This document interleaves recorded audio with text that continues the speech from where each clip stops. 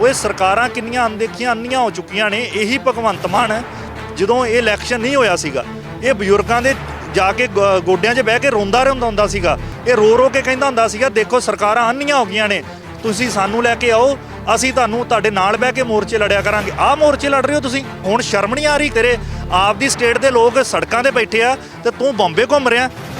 Republic ਡੇ ਵਾਲੇ ਦਿਨ ਕਿਸੇ ਅਰਜਨ ਅਵਾਰਡੀ ਦਾ ਸਨਮਾਨ ਕਰ ਦਿਓ, ਜਿਨੇ ਸੇਵਾ ਕੀਤੀ ਆ ਪੰਥ ਦੀ ਜਾਂ ਕੌਮ ਦੀ ਜਾਂ ਦੇਸ਼ ਦੀ ਤਰੱਕੀ ਦੇ ਵਿੱਚ ਕੋਈ ਹੱਥ ਪਾਇਆ, ਉਹਨੂੰ ਸਨਮਾਨ ਕਰੋ, ਉਹਨੂੰ ਕੋਈ ਪ੍ਰਿਵਿਲੇਜ ਦੇ ਦਿਓ, ਕੋਈ ਇਤਰਾਜ਼ ਨਹੀਂ। ਇਹ ਕਿਹੜੀ ਪ੍ਰਿਵਿਲੇਜ ਦੇਣ ਲੱਗੇ ਹੋ ਤੁਸੀਂ ਨਵੀਂ, ਕਿ ਜਿਹਨੇ ਸਾਧਵੀਆਂ ਦੇ ਨਾਲ ਰੇਪ ਕੀਤੇ ਹੋਣ? ਇਹ ਤੇ 2 ਹੀ ਡਿਸਪਲਸ ਦੀ ਗੱਲ ਆ ਰਹੀ ਹੈ ਨਾ, ਸੈਂਕੜੇ ਉਹਨੇ ਔਰਤਾਂ ਦੇ ਨਾਲ ਰੇਪ ਕੀਤੇ। ਹਨੀਪ੍ਰੀਤ ਇਹਦਾ ਐਗਜ਼ਾਮਪਲ ਹੈਗੀ ਆ ਕਿ ਕਿਸੇ ਵੀ ਕੰਮ ਲਈ ਕਿਸੇ ਨੂੰ ਵੀ ਪਰੋਲ ਦੇ ਦਿਓ। ਕੱਲ੍ਹ ਨੂੰ ਸ਼ਾਇਦ ਬਾਬਾ ਕਵੇ ਮੈਂ ਕੋਈ ਦੂਜਾ ਵਿਆਹ ਕਰਾਉਣਾ ਜਾਂ ਹਨੀਪ੍ਰੀਤ ਦੇ ਨਾਲ ਵਿਆਹ ਕਰਾਉਣਾ, ਤੇ ਸ਼ਾਇਦ ਉਹਦੇ ਲਈ ਵੀ ਉਹਨੂੰ ਪਰੋਲ ਮਿਲ ਜਾਏਗੀ, ਕੋਈ ਵੱਡੀ ਗੱਲ ਨਹੀਂ। ਆਇਆ ਇਹਨਾਂ ਦਾ ਵੱਸ ਨਹੀਂ ਚੱਲਦਾ।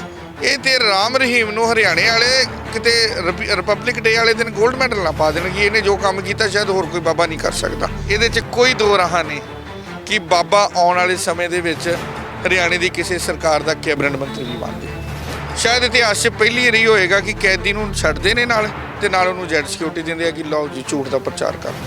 ਕੀ ਇਹਨੇ ਪ੍ਰਚਾਰ ਕਰਨਾ ਕਿ ਕਿੱਦਾਂ ਤੁਸੀਂ ਜਿਹੜਾ ਸਾਧਵੀਆਂ ਨੂੰ ਰੇਪ ਕਰਨਾ, ਕਿੱਦਾਂ ਬੰਦੇ ਮਾਰਨੇ ਨੇ, ਕਿੱਦਾਂ ਨਪੁੰਸਕ ਬਣਾਉਣੇ ਨੇ, ਇਹ ਪ੍ਰਚਾਰ ਕਰਨਾ ਸ਼ਰਮ ਨਹੀਂ ਆਉਂਦੀ ਹਰਿਆਣਾ ਦੀ ਬੀਜੇਪੀ ਗਵਰਨਮੈਂਟ ਨੂੰ? ਅਸੀਂ ਸਰਕਾਰਾਂ ਨੂੰ ਇਹ ਬੇਨਤੀ ਕਰਦੇ ਕਿ ਆਪਣਾ ਕਾਨੂੰਨ ਆਪ ਮੰਨਣ, ਤਾਂ ਕਨਸਟੀਟਿਊਸ਼ਨ ਡੇ ਜਾਂ ਰਿਪਬਲਿਕ ਡੇ ਮਨਾਏ ਇਹਨਾਂ ਦੇ ਸੁਹਾਏ ਜਾਣਗੇ, ਨਹੀਂ ਤੇ ਇਦਾਂ ਦੇ ਰੋਸ ਮਾਰਚ ਨਿਕਲਦੇ ਜਾਣਗੇ।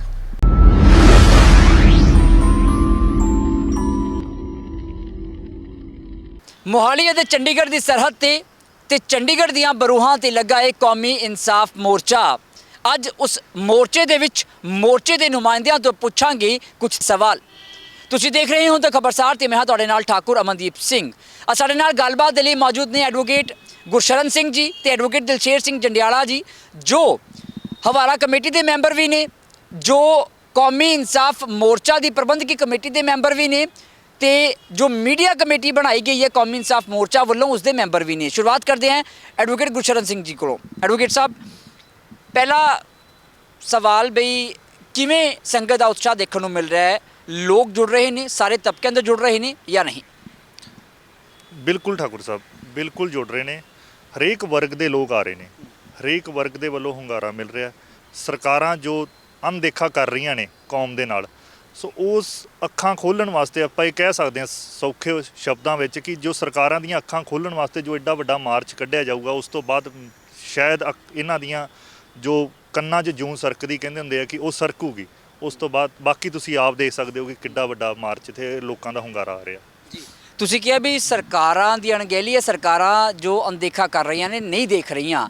ਤੇ ਮੈਨੂੰ ਯਾਦ ਹੈ ਜਦੋਂ ਇਸ ਮੋਰਚੇ ਦੇ ਬਾਬਤ ਮੋਰਚਾ ਲੱਗਣ ਤੋਂ ਪਹਿਲਾਂ ਪ੍ਰੈਸ ਕਾਨਫਰੰਸ ਵੀ ਹੋਈ ਹੈ ਤੇ ਬਾਪੂ ਜੀ ਉਹਨਾਂ ਨੇ ਕਿਹਾ ਸੀ ਬਈ ਜਿਹੜੇ ਇਨਸਾਫ ਪਸੰਦ ਨੇ ਜਾਂ ਜੋ ਲੋਕ ਮਨੁੱਖੀ ਅਧਿਕਾਰਾਂ ਨੂੰ ਪਸੰਦ ਕਰਦੇ ਨੇ ਉਹ ਜ਼ਰੂਰ ਆਉਣ, ਕਿਉਂਕਿ ਉਹਨਾਂ ਕਰਕੇ ਹੀ ਇਹ ਲੱਗਿਆ ਹੈ। ਪਰ ਸਵਾਲ ਕਈ ਵਿੱਚ ਇਹ ਵੀ ਉੱਠਦੇ ਰਹੇ ਨੇ, ਲੋਕਾਂ ਤੋਂ ਆਵਾਜ਼ਾਂ ਆਈਆਂ ਨੇ, ਸੋਸ਼ਲ ਮੀਡੀਆ ਤੇ ਕਈ ਵਾਰ ਕਮੈਂਟ ਆਉਂਦੇ ਨੇ, ਕਹਿੰਦੇ ਵੀ 2024 ਦੀਆਂ ਇਲੈਕਸ਼ਨਸ ਵੀ ਨੇੜੇ ਆ ਰਹੀਆਂ ਨੇ ਤੇ ਉਸ ਨੂੰ ਧਿਆਨ 'ਚ ਰੱਖ ਕੇ ਇਹ ਮੋਰਚਾ ਲਾਇਆ ਗਿਆ। ਦੇਖੋ, ਮੋਰਚਾ ਲਾਉਣ ਪਿੱਛੇ ਬਹੁਤ ਵੱਡੀ ਵਜ੍ਹਾ ਹੁੰਦੀ ਹੈ। ਆਪਾਂ ਇੱਕ ਇਹ ਚੀਜ਼ ਨਹੀਂ ਨੋਟਿਸ ਕਰ ਸਕਦੇ ਕਿ 2024 ਦੀਆਂ ਇਲੈਕਸ਼ਨ ਆ ਰਹੀਆਂ, ਲੋਕਾਂ ਨੂੰ ਮੋਰਚਾ ਲਾਉਣ ਦੀ ਲੋੜ ਕਿਉਂ ਪੈ ਰਹੀ ਹੈ?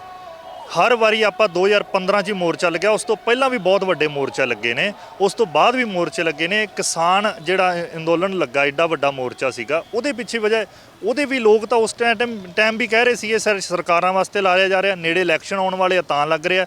ਸੋ ਲੋਕਾਂ ਨੂੰ ਜਦੋਂ ਲੋੜ ਪੈਂਦੀ ਹੈ, ਜਦੋਂ ਸਰਕਾਰਾਂ ਨਹੀਂ ਸੁਣਦੀਆਂ, ਬੇਸਿਕਲੀ ਜਿਹੜੇ ਲੋਕ ਲੀਡਰਸ ਹੁੰਦੇ ਆ ਇਹ ਇਲੈਕਟਿਡ ਪਰਸਨਸ ਹੁੰਦੇ ਨੇ ਬਾਏ ਦੀ ਪੀਪਲਸ। ਜਦੋਂ ਲੋਕਾਂ ਦੁਆਰਾ ਚੁਣੇ ਗਏ ਲੋਕ ਜਦੋਂ ਅੱਗੇ ਜਾ ਕੇ ਲੋਕਾਂ ਦੀ ਆਵਾਜ਼ ਨਹੀਂ ਚੱਕਦੇ ਤਾਂ ਲੋਕ ਤੰਗ ਹੋ ਕੇ ਸੜਕਾਂ ਤੇ ਆਉਂਦੇ ਨੇ, ਨਾ ਕਿ ਆਪਦੀ ਖੁਸ਼ੀ ਨੂੰ ਲੋਕ ਇੱਥੇ ਆਉਂਦੇ ਨੇ। ਇਹਦੇ ਵਿੱਚ ਕੋਈ ਦੋ ਰਾਏ ਹੈ ਨਹੀਂ ਗੀ ਕਿ ਇਹ 24 ਦੇ ਇਲੈਕਸ਼ਨਾਂ ਲਈ ਲੱਗਾ ਆ। ਇਹਦੇ ਵਿੱਚ ਕੋਈ ਐਸਾ ਨਾ ਤਾਂ ਕਿਸੇ ਦੀ ਨੀਅਤ ਆ ਔਰ ਨਾ ਹੀ ਕਿਸੇ ਨੇ ਐਸਾ ਸੋਚਿਆ ਵਾ। ਲੋਕੀ ਤੰਗ ਹੋ ਕੇ ਘਰਾਂ ਚੋਂ ਬਾਹਰ ਆਏ ਨੇ ਔਰ ਨਾ ਕਿਸੇ ਦਾ ਦਿਲ ਕਰਦਾ ਕਿ ਇੰਨੀ ਠੰਡ ਦੇ ਵਿੱਚ ਪਹਿਲੇ ਦਿਨ ਜਦੋਂ ਸਾਨੂੰ ਯਾਦ ਆ, ਮੈਨੂੰ ਚੰਗੀ ਤਰ੍ਹਾਂ ਯਾਦ ਆ ਕਿ ਮੈਂ ਜਦੋਂ ਪਹਿਲੇ ਦਿਨ ਅਸੀਂ ਰਾਤ ਨੂੰ ਆਏ ਸੀ, 250 ਤੋਂ 300 ਬੰਦਾ ਅਸੀਂ ਰਾਤ ਨੂੰ ਸੜਕ ਤੇ ਸੁੱਤੇ ਸੀ। ਤਾਂ ਇੱਥੇ ਕੱਲਾ ਮੈਟ ਸੀਗਾ ਰੋਡ ਤੇ, ਔਰ ਬਜ਼ੁਰਗਾਂ ਨੇ ਸਾਨੂੰ ਹੁੰਗਾਰਾ ਇੰਨਾ ਕੁ ਮਿਲਿਆ ਸੀ, ਉਹਨਾਂ ਨੂੰ ਪੁੱਛਦੇ ਬਾਪੂ ਜੀ ਠੰਡ ਤਾਂ ਨਹੀਂ ਲੱਗਦੀ ਪਈ, ਉਹਨਾਂ ਨੇ ਕਹਿਣਾ ਉਹਨੂੰ ਸਾਨੂੰ ਇੰਨੀ ਕੁ ਉਹਨਾਂ ਦੀ ਗੱਲਾਂ ਤੋਂ ਇੰਨਾ ਹੁੰਗਾਰਾ ਸੀਗਾ, ਇੰਨਾ ਵਿਸ਼ਵਾਸ ਹੋਇਆ ਕਿ ਉਹਨਾਂ ਨੇ ਇਹ ਗੱਲ ਕਹਿ ਕੇ ਸਾਨੂੰ ਜਦੋਂ ਟਾਲਿਆ ਕਿ ਨਹੀਂ ਕਾਕਾ ਤੂੰ ਆਪਦਾ ਦੇਖ, ਮੈਂ ਤੇਰੇ ਨਾਲ ਖੜਾ, ਮੈਂ ਕਿਤੇ ਨਹੀਂ ਜਾਂਦਾ, ਨਾ ਮੈਨੂੰ ਠੰਡ ਲੱਗਦੀ ਆ। ਔਰ ਸਾਨੂੰ ਇੰਨੀ ਕੁ ਉਹਦੇ ਨਾਲ ਹਿੰਮਤ ਮਿਲੀ ਨਾ ਹੀ। ਬਾਕੀ ਉਸ ਤੋਂ ਬਾਅਦ 11:30 12 ਵਜੇ ਜਿਵੇਂ ਜਿਵੇਂ ਲੋਕਾਂ ਨੂੰ ਪਤਾ ਲੱਗਦਾ ਰਿਹਾ, ਮਤਲਬ ਯੂਨਾਈਟਿਡ ਸਿੱਖ ਨੂੰ ਪਤਾ ਲੱਗਿਆ, ਜਿਵੇਂ ਜਿਵੇਂ ਸੰਸਦ ਨੂੰ ਪਤਾ ਲੱਗਦਾ ਰਿਹਾ, ਉਵੇਂ ਉਵੇਂ ਇੱਥੇ ਗੱਦੇ ਜਿਵੇਂ ਪਹੁੰਚ ਗਏ ਸੀ ਬਾਅਦ 'ਚ। ਫਿਰ ਬਾਬਾ ਜੀ ਅਗਲੇ ਹਰਿਆਣਾ ਤੋਂ ਬਾਬਾ ਜੀ ਨੇ ਉਹਨਾਂ ਨੇ ਲੰਗਰ ਦਾ ਪ੍ਰਬੰਧ ਕਰਤਾ ਸੀਗਾ, ਨੇੜੇ ਤੇੜੇ ਗੁਰਦੁਆਰਿਆਂ ਨੇ ਪ੍ਰਬੰਧ ਕੀਤਾ ਲੰਗਰ ਦਾ ਰਾਤ ਨੂੰ। ਸੋ ਐਸਾ ਕੁਝ ਨਹੀਂ ਹੈਗਾ, ਜਦੋਂ ਉਤਸ਼ਾਹ ਹੋਵੇ ਲੋਕਾਂ 'ਚ, ਜੇ ਲੋਕਾਂ ਦਾ ਰੋਸ ਹੋਵੇ ਸਰਕਾਰ ਖਿਲਾਫ, ਤਾਂ ਕਰਕੇ ਲੋਕੀ ਰੋਡਾਂ ਤੇ ਆਉਂਦੇ ਨੇ, ਨਾ ਕਿ ਲੋਕਾਂ ਨੂੰ ਇਹ ਮੋਰਚੇ ਲਾਉਣ ਦਾ ਕੋਈ ਸ਼ੌਂਕ ਹੁੰਦਾ ਘਰਾਂ 'ਚ ਉੱਠ ਕੇ ਬਾਹਰ ਕੱਢ ਕੇ ਆਪਦੇ ਛੋਟੇ ਬੱਚਿਆਂ ਨੂੰ, ਬਜ਼ੁਰਗਾਂ ਨੂੰ ਬਾਹਰ ਰੋਡ ਤੇ ਲਿਆਉਣ ਦਾ ਕਿਸੇ ਦਾ ਮਨ ਨਹੀਂ ਕਰਦਾ। ਜੇ ਇਹ ਲੋਕ ਚੰਗੀਆਂ ਸੜਕਾਂ, ਚੰਗੀਆਂ ਆਪਦੀਆਂ ਕੁਰਸੀਆਂ ਤੇ ਚੰਗੇ ਗੱਦਿਆਂ ਤੇ ਸੌਂ ਸਕਦੇ ਆ, ਇਹਨਾਂ ਦਾ ਮਨ ਨਹੀਂ ਕਰਦਾ। ਇਹਨਾਂ 'ਚੋਂ ਕਈ ਲੋਕ ਐਸੇ ਨੇ ਜਿਨ੍ਹਾਂ ਦੇ ਚੰਗੇ ਘਰ ਨੇ, ਕਾਰੋਬਾਰ ਚੰਗੇ ਨੇ, ਆਪਦੇ ਚੰਗੀਆਂ ਜਾਇਦਾਦ ਨੇ, ਉਹ ਵੀ ਤਾਂ ਇਸ ਇਨਸਾਫ ਲਈ ਇੱਥੇ ਬੈਠੇ ਨੇ। ਕਿਸੇ ਨੂੰ ਕੀ ਲੋੜ ਪੈਂਦੀ ਹੈ ਰੋਡਾਂ ਤੇ ਆਣ ਕੇ ਸੌਣ ਦੀ, ਕਿ ਸਭ ਦਾ ਘਰ ਹੈਗਾ, ਕਿਸੇ ਦਾ ਕੱਚਾ ਜਾਂ ਪੱਕਾ ਹੈ, ਆਪਦਾ ਘਰ ਤਾਂ ਘਰ ਹੀ ਆ, ਉਹਨਾਂ ਨੂੰ ਕਿਉਂ ਲੋੜ ਪੈ ਰਹੀ ਹੈ ਇਸ ਥਾਂ ਤੇ ਸੌਣ ਦੀ।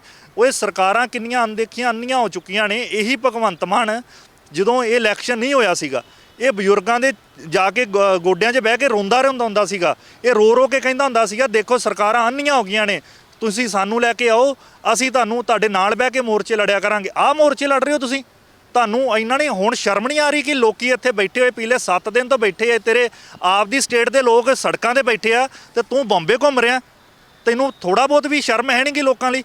ਜੇ ਮਾੜੀ ਮੋਟੀ ਵੀ ਲੋਕਾਂ ਦੀ ਇੱਜ਼ਤ ਕਰਦਾ ਹੋਵੇ, ਇਹ ਸਿਰਫ ਇੱਕ ਪੂਰਾ ਤਰ੍ਹਾਂ ਮੈਂ ਕਹਿ ਸਕਦਾ ਡਰਾਮਾ ਜਿਹਾ ਰਚਿਆ ਜਾਂਦਾ। ਜਦੋਂ ਇਲੈਕਸ਼ਨ ਹੁੰਦੇ ਉਸ ਤੋਂ ਪਹਿਲਾਂ ਚੰਗੀ ਤਰ੍ਹਾਂ ਇਹਨਾਂ ਜੋ ਲੀਡਰਸ ਹੁੰਦੇ ਇਹਨਾਂ ਦਾ ਡਰਾਮਾ ਹੁੰਦਾ, ਔਰ ਉਸ ਤੋਂ ਬਾਅਦ ਜਿਵੇਂ ਸੱਤਾ ਹੱਥ 'ਚ ਆ ਜਾਂਦੀ ਆ, ਇਹ ਬਿਲਕੁਲ ਚੇਂਜ ਹੋ ਜਾਂਦੇ ਆ। ਜੋ ਇੱਕ ਹੀ ਪਹਿਲੂ ਦੇ ਕਹਿੰਦੇ ਹੁੰਦੇ ਨਾ, ਦੋ ਸਿੱਕੇ ਦੇ ਇੱਕ ਹੀ ਪਹਿਲੂ, ਸੇਮ ਉਸੇ ਤਰ੍ਹਾਂ ਖੇਡਦੇ ਆ ਇਹ। ਜਿੰਨੀਆਂ ਸਰਕਾਰਾਂ ਨੇ ਜੋ ਹੈਗੀਆਂ, ਇੱਕ ਹੀ ਸਿੱਕਾ ਹੁੰਦਾ, ਪਰ ਇਹ ਹੈ ਕਿ ਆਪਦੇ ਦੇ ਰੰਗ ਵੱਖਰੇ ਵੱਖਰੇ ਵਿਖਾਉਂਦੇ ਰਹਿੰਦੇ ਨੇ ਜੀ। ਚਲੋ ਰੰਗ ਵੱਖਰੇ ਵੱਖਰੇ ਉਹ ਤਾਂ ਹੁੰਦਾ ਹੀ ਹੈ, ਇਲੈਕਸ਼ਨ ਤੋਂ ਪਹਿਲਾਂ ਕੁਝ ਹੋਰ ਹੁੰਦਾ, ਇਲੈਕਸ਼ਨ ਤੋਂ ਬਾਅਦ ਕੁਝ ਹੋਰ ਹੋ ਜਾਂਦਾ ਹੈ। ਦਿਲਜੀਤ ਸਿੰਘ ਜੀ, ਕਿੰਨੀਆਂ ਕੁ ਜਥੇਬੰਦੀਆਂ ਨੇ ਜੋ ਇਸ ਵੇਲੇ ਇੱਥੇ ਮੌਜੂਦ ਨੇ, ਤੇ ਕਿੰਨੀਆਂ ਕੁ ਜਥੇਬੰਦੀਆਂ ਦਾ ਸਮਰਥਨ ਜਿਹੜਾ ਹੈ ਕੌਮੀ ਇਨਸਾਫ ਮੋਰਚੇ ਨੂੰ ਹੈਗਾ? ਦੇਖੋ ਭਾਈ ਸਾਹਿਬ, ਠੱਗ ਸਾਹਿਬ, ਤੁਹਾਨੂੰ ਯਾਦ ਹੋਏਗਾ ਕਿ ਜਿਹੜੀ 24 ਸਤੰਬਰ ਨੂੰ ਸੈਕਟਰ 7 ਚੰਡੀਗੜ੍ਹ ਦੇ ਗੁਰਦੁਆਰਾ ਸਾਹਿਬ 'ਚ ਇੱਕ ਵਿਸ਼ੇਸ਼ ਮੀਟਿੰਗ ਸੱਦੀ ਸੀ। ਉਸ ਮੀਟਿੰਗ ਦੇ ਵਿੱਚ ਜਿਹੜੀ ਜਥੇਦਾਰ ਸਾਹਿਬ ਦਾ ਸੁਨੇਹਾ ਸੀ ਚਿੱਠੀ ਦੇ ਰੂਪ 'ਚ, ਉਹ ਦਾਸ ਦੀ ਸੇਵਾ ਲੱਗੀ ਸੀ ਲੈ ਕੇ ਆਉਣ ਦੀ, ਤੇ ਉਹ ਲਿਆਂਦੀ ਅਸੀਂ। ਪੰਜਾਬ ਦੀਆਂ 33 ਤੋਂ ਲੈ ਕੇ 34 ਜਥੇਬੰਦੀਆਂ, ਜਿਹੜੀਆਂ ਸਿੱਖਾਂ ਦੀਆਂ ਜਥੇਬੰਦੀਆਂ ਸਰਮਾਉ ਰਖਵਾਉਂਦੀਆਂ ਨੇ, ਉਹ ਇਕੱਠੀਆਂ ਹੋਈਆਂ ਸਨ। ਉਹਨਾਂ ਸਾਰੀਆਂ ਜਥੇਬੰਦੀਆਂ ਨੇ ਸਾਨੂੰ ਜਿਹੜੀ ਆ ਜਥੇਦਾਰ ਸਾਹਿਬ ਦੇ ਅਧੀਨ ਚੱਲਣ ਦੀ ਇਹ ਸਹਿਮਤੀ ਦਿੱਤੀ ਸੀ, ਤੇ ਲਗਭਗ ਸਾਰੀਆਂ ਜਥੇਬੰਦੀਆਂ ਇੱਥੇ ਨੇ। ਉਹਨਾਂ ਤੋਂ ਇਲਾਵਾ ਕਿਸਾਨ ਜਥੇਬੰਦੀਆਂ ਬਹੁਤ ਵੱਡੀ ਤਾਦਾਦ ਦੇ ਵਿੱਚ ਨੇ। ਐਸੀਆਂ ਜਥੇਬੰਦੀਆਂ ਜਿਨ੍ਹਾਂ ਦਾ ਅਸੀਂ ਸੋਚ ਵੀ ਨਹੀਂ ਸਕਦੇ ਸੀ, ਖਾਸ ਕਰਕੇ ਹਿੰਦੂਤਵ ਜਥੇਬੰਦੀਆਂ ਜਿੱਦਾਂ ਇੱਕ ਵਪਾਰ ਮੰਡਲ ਹੈਗਾ ਤਰੁਣ ਜੈਨ ਜੀ, ਉਹਨਾਂ ਦੇ ਬਹੁਤ ਵੱਡੇ ਇੰਡਸਟਰੀਲਿਸਟ ਦਾ ਇੱਕ ਜਿਹੜਾ ਧੜਾ ਹੈ, ਉਹਨਾਂ ਦਾ ਸਾਨੂੰ ਸਪੋਰਟ ਹੈਗਾ। ਬਾਕੀ ਹਿਊਮਨ ਰਾਈਟਸ ਕਾਰਕੁਨ, ਜਿਹੜੀਆਂ ਬਾਰ ਐਸੋਸੀਏਸ਼ਨਸ, ਬਹੁਤ ਵੱਡੀਆਂ ਜਥੇਬੰਦੀਆਂ ਸਾਡੇ ਨਾਲ ਇਸ ਵੇਲੇ ਮੋਢੇ ਦੇ ਨਾਲ ਮੋਢਾ ਲਾ ਕੇ ਖੜੀਆਂ ਨੇ। ਅੱਛਾ, ਇੱਕ ਸਵਾਲ ਹੋਰ ਹੈ, ਮੈਂ ਦੇਖ ਰਿਹਾ ਵੀ ਵਾਈਪੀਐਸ ਚੌਂਕ ਤੱਕ ਤਕਰੀਬਨ ਤੰਬੂ ਲੱਗ ਚੁੱਕੇ ਨੇ। ਹੁਣ ਜਿੰਨੇ ਵੀ ਲੋਕ ਨਵੇਂ ਆ ਰਹੇ ਨੇ, ਕੋਈ ਜਥੇਬੰਦੀ ਦਾ ਹੈਗਾ, ਕਿਸੇ ਪਿੰਡ ਤੋਂ ਹੈਗਾ, ਕੋਈ ਇਕੱਠੇ ਹੋ ਕੇ ਆਏ ਨੇ, ਯਾਰ ਦੋਸਤ ਆਏ ਨੇ, ਕੀ ਇਹਨਾਂ ਦਾ ਕੋਈ ਰਿਕਾਰਡ ਵੀ ਮੇਨਟੇਨ ਕੀਤਾ ਜਾ ਰਿਹਾ ਵੀ ਆਖਰ ਕੌਣ ਹੈ ਤੇ ਕਿੱਥੋਂ ਆਇਆ ਹੈ? ਭਾਈ ਸਾਹਿਬ, ਇਹ ਤੁਸੀਂ ਨੋਟਿਸ ਕੀਤਾ ਹੋਣਾ ਕਿ ਜਿਹੜਾ ਸਾਡਾ ਮੇਨ ਪੰਡਾਲ ਹੈਗਾ, ਉਸ ਦੇ ਬਾਹਰ ਇੱਕ ਟੇਬਲ ਲੱਗਾ ਹੋਇਆ ਜਿਹਦੇ 'ਚ 4 ਤੋਂ 5 ਸਿੰਘ ਬੈਠੇ ਨੇ। ਉਹਨਾਂ ਨੇ ਇੱਕ ਰਜਿਸਟਰ ਲਾਇਆ, ਉਹਦੇ 'ਚ ਅਸੀਂ ਕੋਸ਼ਿਸ਼ ਕਰ ਰਹੇ ਹਾਂ ਕਿ ਹਰ ਇੱਕ ਜਿੰਨੀ ਫੁੱਟਫਾਲ ਹੈਗੀ ਹੈ ਇਸ ਮੋਰਚੇ ਦੀ, ਉਹਨੂੰ ਅਸੀਂ ਅੰਕੜਿਆਂ 'ਚ ਲਿਆਈਏ। ਤੇ ਇਹ ਅਸੀਂ ਮੁਹਿੰਮ ਲਈ ਆ, ਉਹਦੇ 'ਚ ਅਸੀਂ ਨਾਮ, ਪਿੰਡ ਤੇ ਫ਼ੋਨ ਨੰਬਰ ਲੈ ਰਹੇ ਹਾਂ। ਤੇ ਆਉਣ ਵਾਲੇ ਸਮੇਂ ਦੇ ਵਿੱਚ ਇਹਨੂੰ ਅਸੀਂ ਥੋੜ੍ਹਾ ਡਿਜੀਟਲਾਈਜੇਸ਼ਨ ਵੀ ਕਰਾਂਗੇ। ਇੱਕ ਅਸੀਂ ਆਪਣਾ ਦਫ਼ਤਰ ਬਣਾਵਾਂਗੇ ਇਹ ਮੋਰਚੇ ਦਾ, ਜਿਹਦੇ 'ਚ ਇਹ ਸਾਰਾ ਰਿਕਾਰਡ ਅਵੇਲੇਬਲ ਹੋਏਗਾ। ਧਾਮੀ ਸਾਹਿਬ ਵਾਲਾ ਜੋ ਇੰਸੀਡੈਂਟ ਹੋਇਆ ਸੀ, ਹਾਲਾਂਕਿ ਤੁਸੀਂ ਉਤੇ ਕਲੈਰੀਫਿਕੇਸ਼ਨ ਆ ਚੁੱਕੀ ਹੈ, ਪਰ ਐਸੇ ਇੰਸੀਡੈਂਟ ਹੋਰ ਨਾ ਹੋਣ ਕੋਈ, ਕਿਉਂਕਿ ਜਦੋਂ ਕੋਈ ਮੋਰਚਾ ਚੱਲਦਾ ਹੈ, ਕੋਈ ਨਾ ਕੋਈ ਐਸਾ ਸ਼ਰਾਰਤੀ ਤੱਤ ਵੀ ਹੁੰਦਾ ਹੈ ਜੋ ਗੜਬੜ ਕਰ ਜਾਂਦਾ ਹੈ, ਤੇ ਉਸ ਚੀਜ਼ ਤੇ ਨਜ਼ਰ ਰੱਖਣ ਦੇ ਲਈ ਕੋਈ ਖਾਸ ਕਮੇਟੀ, ਕੋਈ ਖਾਸ ਪ੍ਰਬੰਧ? ਇਹ ਜਦੋਂ ਧਾਮੀ ਸਾਹਿਬ ਤੇ ਅਟੈਕ, ਦੇਖੋ ਅਸੀਂ ਉਹਦੀ ਇੱਕ ਮੈਂ ਫਿਰ ਇਹ ਆਪਾਂ ਜਸਟੀਫਿਕੇਸ਼ਨ ਦੇ ਦਿੰਦੇ ਹਾਂ ਕਿ ਇੱਕ ਤੇ ਧਾਮੀ ਸਾਹਿਬ ਨੂੰ ਅਸੀਂ ਨਹੀਂ ਬੁਲਾਇਆ ਸੀ, ਦੂਸਰਾ ਬੜੀ ਸਾਡੇ ਲਈ ਬੜੀ ਅਨਫੋਰਚੂਨੇਟ ਗੱਲ ਆ ਕਿ ਇੱਕ ਜਥੇਬੰਦੀ ਆ ਜਿਹੜੀ ਸਿੱਖਾਂ ਦੀ ਸਰਮੌਰ ਜਥੇਬੰਦੀ ਹੈ ਜੀਪੀਸੀ, ਉਹਦਾ ਪ੍ਰਧਾਨ ਹੋਵੇ। ਉਹ ਗੱਲ ਵੱਖਰੀ ਹੈ ਕਿ 13 ਜਾਂ 14 ਸਾਲ ਹੋ ਗਈ ਉਹਦੀ ਇਲੈਕਸ਼ਨ ਨਹੀਂ ਹੋਈ। ਪ੍ਰਧਾਨ ਵੀ ਇਹ ਕਬਜ਼ੇ ਵਾਲੇ ਹੀ ਨੇ, ਜਿਨ੍ਹਾਂ ਕੋਲ ਕਬਜ਼ਾ ਹੈ ਉਹਨਾਂ ਦਾ ਪ੍ਰਧਾਨ ਹੈ। ਠੀਕ ਹੈ, ਫਿਰ ਵੀ ਇਹ ਸ਼ਖਸੀਅਤ ਜਿਹੜੀ ਜਥੇਬੰਦੀ ਦਾ ਪ੍ਰਧਾਨ ਹੋਣ ਕਰਕੇ ਸਤਿਕਾਰ ਕਰਨਾ ਸਾਡਾ ਫਰਜ਼ ਬਣਦਾ ਹੈ। ਅਸੀਂ ਇਹਨਾਂ ਨੂੰ ਮਨਾ ਕੀਤਾ ਸੀ ਕਿ ਤੁਸੀਂ ਨਾ ਆਓ, ਕਿਉਂਕਿ ਤੁਸੀਂ ਸਾਡੀ 4 ਕੌਮੀ ਹੱਕਾਂ ਮੰਗਾਂ ਦੇ ਵਿੱਚੋਂ ਇੱਕ ਦੇ ਤੁਸੀਂ ਗੁਨਾਹਗਾਰ ਹੋ, ਡਾਇਰੈਕਟਲੀ ਜਾਂ ਇਨਡਾਇਰੈਕਟਲੀ। ਕਿਉਂਕਿ ਅਸੀਂ ਹੁਣ ਕਿਤੇ ਸਿਪਾਹੀ ਨੂੰ ਤਾਂ ਨਹੀਂ, ਕਿਸੇ ਨੂੰ ਤੁਹਾਡੇ ਐਜੀਪੀਸੀ ਦੇ ਸਿਪਾਹੀ ਨਾਲ ਤਾਂ ਨਹੀਂ ਗੱਲ ਕਰਨੀ, ਤੁਹਾਡੇ ਨਾਲ ਹੀ ਗੱਲ ਕਰਨੀ ਹੈ, ਤੁਸੀਂ ਉਹਦਾ ਜਵਾਬ ਦੇਣਾ। ਤੇ ਇਸ ਕਰਕੇ ਅਸੀਂ ਮਨਾ ਕੀਤਾ ਸੀ। ਸੰਗਤ ਦੇ ਵਿੱਚ ਬਹੁਤ ਰੋਹ ਹੈ, ਕਿਉਂਕਿ ਅਸੀਂ ਇੱਥੇ ਮੋਰਚੇ 'ਤੇ ਤੁਰੇ ਫਿਰਦੇ ਹਾਂ, ਲੋਕ ਇਹਨਾਂ ਦਾ ਨਾਂ ਲੈਣ ਨੂੰ ਤਿਆਰ ਨੇ। ਬਾਦਲਾਂ ਨੂੰ ਜਿਹੜਾ ਵਾ ਬਿਲਕੁਲ ਮਾੜੀ ਸ਼ਬਦਾਵਲੀ ਨਾਲ ਗੱਲ ਕਰਦੇ ਆ, ਔਰ ਧਾਮੀ ਸਾਹਿਬ 'ਤੇ ਬਿਲਕੁਲ ਸਾਫ਼ ਟੈਗ ਆ ਕਿ ਧਾਮੀ ਸਾਹਿਬ ਨੂੰ ਰੀਇਲੈਕਟ ਕਰਕੇ ਪ੍ਰਧਾਨ ਬਣਾਉਣ ਵਾਲੀ ਕਿਹੜਾ ਪਰਿਵਾਰ ਹੈ। ਤੇ ਇਸ ਕਰਕੇ ਅਸੀਂ ਬੇਨਤੀ ਕੀਤੀ ਸੀ ਕਿ ਨਾ ਆਓ, ਪਰ ਉਹ ਫਿਰ ਵੀ ਆਏ ਨੇ। ਸ਼ਾਇਦ ਨਾ ਆਉਂਦੇ ਤੇ ਉਹਨਾਂ ਦੇ ਨਾਲ ਇਦਾਂ ਦੀ ਗੱਲ ਨਾ ਹੁੰਦੀ ਤੇ ਨਾ ਐਡੀ ਵੱਡੀ ਨੈਗੇਟਿਵਿਟੀ ਗੱਲ ਫੈਲਦੀ। ਤੇ ਇਹ ਸੰਗਤ ਦਾ ਇੱਕ ਹੱਕ ਬਣਦਾ ਕਿ ਜੇ ਕਿਸੇ ਧਾਰਮਿਕ ਜਥੇਬੰਦੀ ਦੇ ਤੁਸੀਂ ਆਗੂ ਬਣੋਗੇ ਤੇ ਜੇ ਤੁਸੀਂ ਉਹਨਾਂ ਨੂੰ ਜਵਾਬ ਨਹੀਂ ਦਿਓਗੇ, ਐਗਰੈਸਿਵ ਹੋਵੋਗੇ, ਤੇ ਦੇਖੋ ਸ਼ਾਇਦ ਕੁਝ ਸੱਜਣ ਤੇ ਸਾਡੇ ਵਰਗੇ ਨੇ ਜਿਹੜੇ ਇਗਨੋਰ ਕਰ ਜਾਂਦੇ ਨੇ ਜਾਂ ਨਿਮਰਤਾ ਦੇ ਨਾਲ ਠੀਕ ਹੈ ਨਹੀਂ ਦਿੱਤਾ ਤੇ ਨਹੀਂ ਦਿੱਤਾ। ਕਈ ਜਿਹੜੇ ਆਪਣਾ ਹੱਕ ਸਮਝਦੇ ਨੇ ਕਿ ਅਸੀਂ ਜਵਾਬ ਲੈਣਾ ਹੀ ਆ। ਉਹਨਾਂ 'ਚੋਂ ਕੁਝ ਸੰਗਤ 'ਚੋਂ 2-4 ਨੌਜਵਾਨ ਸੀ ਜਿਨ੍ਹਾਂ ਨੇ ਧਾਮੀ ਸਾਹਿਬ ਨਾਲ ਇਹ ਐਗਰੈਸਿਵ ਹੋ ਕੇ ਗੱਲ ਕੀਤੀ। ਉਲਟਾ ਧਾਮੀ ਸਾਹਿਬ ਵੀ ਐਗਰੈਸਿਵ ਹੋ ਗਏ, ਉਹਨਾਂ ਦੀ ਟੀਮ ਵੀ ਐਗਰੈਸਿਵ ਹੋ ਗਈ। ਤੇ ਇਸ ਕਰਕੇ ਜਿਹੜਾ ਇਨਸੀਡੈਂਟ ਹੋਇਆ ਮੋਰਚੇ ਦਾ, ਉਹਦੇ ਨਾਲ ਕੋਈ ਤਾਲੁਕਾਤ ਨਹੀਂ। ਕੋਈ ਐਸੇ ਇੰਸੀਡੈਂਟ ਦੁਬਾਰਾ ਨਾ ਹੋਣ, ਉਸ ਦੇ ਲਈ ਮੇਰਾ ਸਵਾਲ ਇਹ ਸੀ, ਉਸ ਦੇ ਲਈ ਉਸ ਨੂੰ ਰੋਕਣ ਲਈ ਕੋਈ ਕਮੇਟੀ ਬਣਾਈ ਗਈ ਹੈ, ਕੋਈ ਐਸੀ ਕੋਈ ਕ੍ਰੀਏਟ ਕੀਤਾ ਹੋਵੇ ਤੁਹਾਡੇ ਕੋਲ ਵਿੰਗ? ਅਸੀਂ ਉਸ ਦਿਨ ਤੋਂ ਬਾਅਦ ਹੀ ਇੱਕ ਡਿਸਪਲਿਨਰੀ ਕਮੇਟੀ ਬਣਾਈ ਆ। ਉਹਦੇ ਵਿੱਚ ਸਾਡੇ ਕੋਲ 300 ਤੋਂ ਵੱਧ ਨੌਜਵਾਨਾਂ ਦੀ ਟੀਮ ਆ। ਇੱਕ ਅਸੀਂ ਸਪੈਸ਼ਲ ਜੇ ਕੋਈ ਐਸਾ ਗੈਸਟ ਆਂਦਾ ਜਿੱਥੇ ਗੜਬੜ ਹੋਣ ਦੇ ਚਾਂਸਸ ਨੇ, ਖਾਸ ਕਰਕੇ ਜਿਨ੍ਹਾਂ ਦੀ ਸੰਗਤ ਦੇ ਨਾਲ ਸਵਾਲ ਜਵਾਬ ਹੈਗੇ ਨੇ, ਉਹਨਾਂ ਲਈ ਇੱਕ ਗੈਸਟ ਕਮੇਟੀ ਬਣਾਈ ਆ ਜਿਹੜੀ ਗੈਸਟ ਨੂੰ ਲੈ ਕੇ ਜਾਣਗੇ ਤੇ ਉਹਨੂੰ ਛੱਡ ਕੇ ਆਉਣਗੇ। ਤੇ ਇਹ ਜਿਹੜੀ ਡਿਸਪਲਿਨਰੀ ਕਮੇਟੀ ਆ ਉਹ ਖਾਸ ਕਰਕੇ ਮੋਰਚੇ ਕਰਕੇ ਜਿਹੜੀ ਰੋਸ ਮਾਰਚ ਕਰਕੇ ਬਣਾਈ ਆ, ਤੇ ਇਹ ਦੋਨੋਂ ਐਂਗਲ ਤੋਂ ਕੰਮ ਕਰੇਗੀ। ਜੇ ਕੋਈ ਐਂਟੀ ਸੋਸ਼ਲ ਐਲੀਮੈਂਟ ਮੋਰਚੇ 'ਚ ਆ ਕੇ ਕੋਈ ਖੱਪ ਜਾਂ ਕੋਈ ਐਸੀ ਗੱਲ ਕਰਨਾ ਚਾਹੁੰਦਾ, ਉਹਦੇ 'ਤੇ ਵੀ ਨਿਗਰਾਨੀ ਰੱਖੇਗੀ। ਤੀਸਰਾ ਅਸੀਂ ਇਹ ਪ੍ਰਬੰਧ ਕੀਤਾ ਕਿ ਅਸੀਂ CCTV ਕੈਮਰਾਸ ਦੀ ਇੰਸਟਾਲੇਸ਼ਨ ਸ਼ੁਰੂ ਕਰਤੀ ਆ, ਉਹ ਜਿਹੜੀ ਆ ਆਉਣ ਵਾਲੇ ਦਿਨਾਂ 'ਚ ਜਿਹੜੀ ਮੁਕੰਮਲ ਹੋ ਜਾਏਗੀ। ਅੱਛਾ, ਮੈਂ ਦੇਖ ਰਿਹਾ ਸੀਗਾ ਵੀ ਲੰਗਰ ਅਟੁੱਟ ਵਰਤਾਏ ਜਾ ਰਹੇ ਨੇ। ਹੁਣ ਲੰਗਰ ਦੀ ਸੇਵਾ ਕਿਸ ਦੇ ਲੇਖੇ ਹੈ? ਕਮੇਟੀ ਕੋਈ ਬਣਾਈ ਗਈ ਹੈ ਜਾਂ ਕਿਵੇਂ ਸਾਰਾ ਅਰੇਂਜਮੈਂਟ ਕੀਤਾ ਜਾ ਰਿਹਾ ਹੈ? ਕਿਉਂਕਿ ਤੁਹਾਨੂੰ ਯਾਦ ਹੋਣਾ ਜਦੋਂ ਕਿਸਾਨ ਮੋਰਚਾ ਵੀ ਲੱਗਿਆ ਸੀ, ਵਿੱਚ ਇਹ ਸਵਾਲ ਉੱਠਿਆ ਸੀ ਬਈ ਇੱਕ ਜਥੇਬੰਦੀ ਦੇ ਆਗੂ ਨੇ ਜਾ ਕੇ ਅਮਿਤ ਸ਼ਾਹ ਦੇ ਨਾਲ ਮੀਟਿੰਗ ਕੀਤੀ ਹੈ ਤੇ ਉਸ ਤੋਂ ਬਾਅਦ ਗੱਲ ਨਹੀਂ ਬਣੀ ਤੇ ਸਵਾਲ ਉੱਠਿਆ ਜੀ ਫੰਡਿੰਗ ਜਿਹੜੀ ਹੈ ਕਿੱਥੋਂ ਆ ਰਹੀ ਹੈ। ਤੇ ਹੋ ਸਕਦਾ ਹੈ ਵੀ ਇਹ ਮੋਰਚਾ ਵੀ, ਕਿਉਂਕਿ ਹੁਣ ਜਿਵੇਂ ਜਿਵੇਂ ਅੱਗੇ ਵੱਧਦਾ ਪਿਆ ਹੈ, ਸ਼ਾਂਤੀਪੂਰਵਕ ਵੱਧਦਾ ਪਿਆ ਹੈ, ਕੱਲ੍ਹ ਨੂੰ ਕਿਤੇ ਸਵਾਲ ਉੱਠੇਗਾ ਜੀ ਫੰਡਿੰਗ ਕਿੱਥੋਂ ਆ ਰਹੀ ਹੈ। ਭਾਈ ਸਾਹਿਬ, ਲੰਗਰਾਂ ਦੀ ਸੇਵਾ ਤੇ ਬਾਬਾ ਨਰਿੰਦਰ ਸਿੰਘ ਜੀ, ਬਾਬਾ ਬਲਵਿੰਦਰ ਸਿੰਘ ਜੀ, ਜਿਹੜੇ ਬਾਬਾ ਲੰਗਰਾਂ ਵਾਲੇ ਨੇ ਹਜੂਰ ਸਾਹਿਬ ਵਾਲੇ, ਉਹਨਾਂ ਦੀ ਸਾਰੀ ਟੀਮ ਇੱਥੇ ਆ। ਉਹਨਾਂ ਦੀ ਲੰਗਰ ਬਣਾਉਣ ਤੋਂ ਲੈ ਕੇ ਮਸ਼ੀਨਾਂ ਤੋਂ ਲੈ ਕੇ ਬਰਤਨ ਉਹਨਾਂ ਦੇ ਨੇ। ਰਸਦ ਉਹਨਾਂ ਦੀਆਂ ਟਰੱਕਾਂ ਭਰ ਕੇ ਰਸਦ ਆਈ ਆ। ਬਾਕੀ ਮੋਹਾਲੀ, ਚੰਡੀਗੜ੍ਹ ਤੇ ਲਾਗੇ ਪਿੰਡਾਂ ਦੀ ਜਿਹੜੀ ਸੰਗਤ ਆ, ਰਸਦ ਦਾ ਸਾਨੂੰ ਨਹੀਂ ਪਤਾ ਲੱਗਦਾ ਕਿ ਕਿਹੜਾ ਦਾਨੀ ਸੱਜਣ ਗੋਭੀ ਦੇ ਜਾਂਦਾ, ਕੋਈ ਆਲੂ ਦੇ ਜਾਂਦਾ, ਕੋਈ ਬੇਸਨ ਦੇ ਜਾਂਦਾ, ਕੋਈ ਘਿਓ ਦੇ ਜਾਂਦਾ, ਕੋਈ ਤੇਲ ਦੇ ਜਾਂਦਾ। ਖਰੜ ਤੋਂ ਹੀ ਕੁਛ ਸਿੰਘ ਨੇ ਜਿਹੜੇ 1 ਕੁਇੰਟਲ ਦੁੱਧ ਰੋਜ਼ ਦੇ ਕੇ ਜਾਂਦੇ ਨੇ। ਮਤਲਬ ਕਿ ਜੇ ਪਾਣੀ ਦੀ ਗੱਲ ਕਰੀਏ, ਫਿਲਟਰ ਪਾਣੀ ਦੀ ਕੋਈ ਟਰੱਕ ਲਾ ਜਾਂਦਾ, ਕੋਈ ਦੱਸਦਾ ਹੀ ਨਹੀਂ ਹੈ ਕਿ ਕੀ ਆ। ਇਹ ਤੇ ਐਸਾ ਇੱਕ ਇਤਿਹਾਸਿਕ ਥਾਂ ਬਣ ਗਿਆ ਕਿ ਜਿਹਦੀ ਸ਼ਾਇਦ ਦੂਜੀ ਮਿਸਾਲ ਕੋਈ ਨਾ ਬਣ ਸਕੇ। ਅੱਛਾ, ਮਤਲਬ ਸੰਗਤ ਵੱਲੋਂ ਆਪ ਹੀ ਸੇਵਾ ਕੀਤੀ ਜਾ ਰਹੀ ਹੈ ਤੇ ਮਤਲਬ ਕਿ ਅਸੀਂ ਤੇ ਹੈਰਾਨ ਹੋ ਜਾਂਦੇ ਆ। ਖਾਸ ਕਰਕੇ ਇੱਕ ਚੰਡੀਗੜ੍ਹ ਵਾਲਿਆਂ ਤੇ ਜਾਂ ਮੋਹਾਲੀ ਸ਼ਹਿਰ ਵਾਲਿਆਂ ਤੇ ਟੈਗ ਹੁੰਦਾ, ਇਹ ਸੇਵਾ ਘੱਟ ਕਰਦੇ ਨੇ ਜੀ। ਇਹ ਤੇ ਆਏ ਨੂੰ ਵੀ ਇੱਕੋ ਵਾਰੀ ਚਾਹ ਪੁੱਛਦੇ ਨੇ, ਪਰ ਅਸੀਂ ਇਸ ਗੱਲ ਨੂੰ ਨਿਗਲੈਕਟ ਕਰ ਦਿੰਦੇ ਆ ਇੱਥੇ ਆ ਦੇਖ ਕੇ ਕਿ ਇੱਥੇ ਤੇ ਤੁਹਾਨੂੰ ਜੇ ਚਾਹ ਦੀ ਲੋੜ ਵੀ ਨਹੀਂ ਆ, ਪ੍ਰਸ਼ਾਦੇ ਦੀ ਵੀ ਲੋੜ ਨਹੀਂ ਆ। ਐਸੀ ਨਿਰਮਤਾ ਨਾਲ ਤੁਹਾਨੂੰ ਬੇਨਤੀ ਕਰਦੇ, ਤੁਹਾਨੂੰ ਵਧੋ ਵਧੀ ਛਕਣਾ ਪੈ ਜਾਂਦਾ। ਜਿਵੇਂ ਖਾਲਸਾ ਏਡ ਬਾਰੇ ਕਈ ਵਾਰ ਗੱਲ ਹੁੰਦੀ ਹੈ ਵੀ ਜਿੱਥੇ ਵੀ ਲੱਗਦਾ ਵੀ ਬੜੀ ਆਪਦਾ ਆਈ ਹੈ ਤੇ ਖਾਲਸਾ ਏਡ ਉੱਥੇ ਪਹੁੰਚਦੀ ਹੈ, ਤੇ ਖਾਲਸਾ ਏਡ ਵੱਲੋਂ ਵੀ ਕੋਈ ਸਪੈਸ਼ਲੀ ਤੌਰ ਤੇ ਕੋਈ ਮਦਦ ਕਿਸੇ ਰੂਪ ਦੇ ਵਿੱਚ, ਚਾਹੇ ਟੈਂਟਾਂ ਦੇ ਰੂਪ ਦੇ ਵਿੱਚ ਹੋਵੇ ਜਾਂ ਕਿਸੇ ਵੀ ਤਰ੍ਹਾਂ ਦੇ ਵਿੱਚ, ਉਹ ਕੀਤੀ ਗਈ ਹੈ? ਖਾਲਸਾ ਏਡ ਨੇ ਬਹੁਤ ਵੱਡੀ ਸਾਡੀ ਮਦਦ ਕੀਤੀ ਹੈ। ਖਾਲਸਾ ਏਡ ਨੇ ਜਿੰਨੇ ਇੱਥੇ ਤੰਬੂ ਸੰਗਤਾਂ ਵਾਸਤੇ ਲੱਗੇ ਨੇ, ਜਿੰਨੀ ਮੈਟਿੰਗ ਆ, ਜਿੰਨੇ ਕੰਬਲ ਨੇ, ਉਹਨਾਂ ਦੇ ਵਿੱਚ ਉਹਨਾਂ ਦਾ ਮੇਜਰ ਪੋਰਸ਼ਨ ਉਹਨਾਂ ਨੇ ਸਾਨੂੰ ਡੋਨੇਟ ਕੀਤਾ।